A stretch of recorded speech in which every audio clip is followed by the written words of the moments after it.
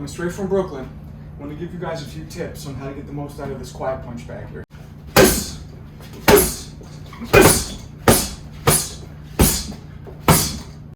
If you're like me, you're pressed for space, and that's when something like this will be very, very beneficial.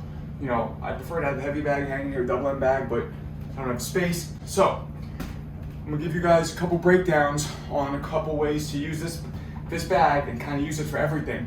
Make it a heavy bag, make it a double end bag, make it everything all at once. This bag is very good for straight punches, but we're gonna learn how to utilize it for everything. The 1-2s, this absorbs the 1-2s very well, right? It's perfect for it.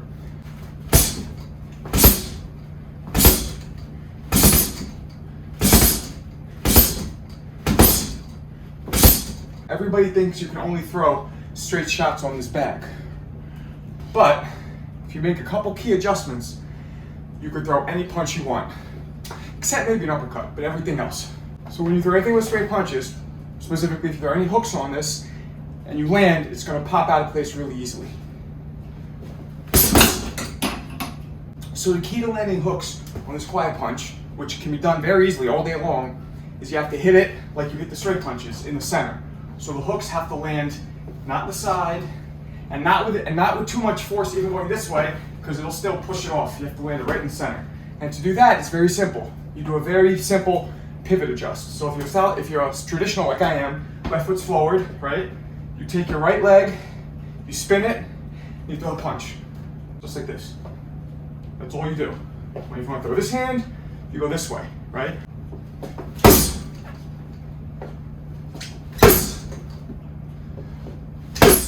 So the best combination for this to get the best out of both worlds, this is where you get the effects of a heavy bag and a double end bag at once, is you throw it straight right, where you could do it straight on, and then you quickly learn to pivot, you throw the hook.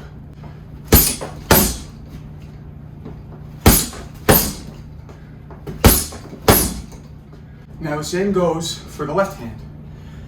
You could also throw a jab and a left hook by pivoting, do both of those punches in combination on this. But if you get the right angles, you can land it. And that's invaluable to know when you're actually fighting. Angles let you get shots in, confuse your opponent. It's the element of surprise, and it's very useful. So this is how you throw the punches with angles coming from the left hand, right? You throw the punch, then you just pivot with your right foot to your right, and then throw the hook. Then you throw the punch. Boom. Land.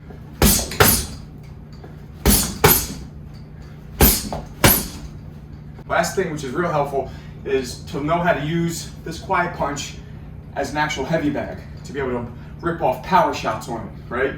And the same thing can be done with just sliding your feet and creating those angles. Slide your right foot, and then throw the left hook. Slide your left foot when you throw the right hook.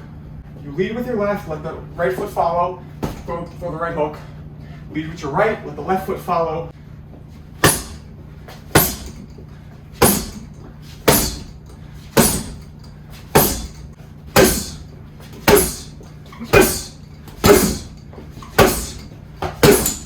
Another little hidden gem of a surprise and kind of a pseudo training tip that this teaches you is it teaches you how to throw your punches short, crisp, and compact.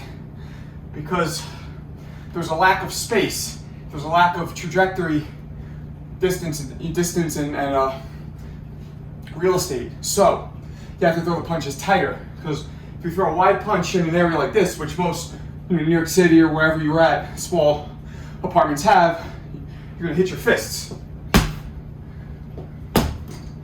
You know, same with the left. This is iron. It hurts. So by being conscious of the real estate around you and knowing that your target is now made smaller, you throw crisper punches.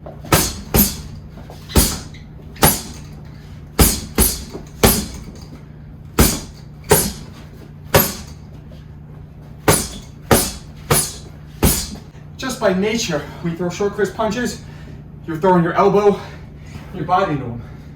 So you're even generating more power than arm punches. Like this, you're going. Now, if you want to use this for any other punches besides the straights, right?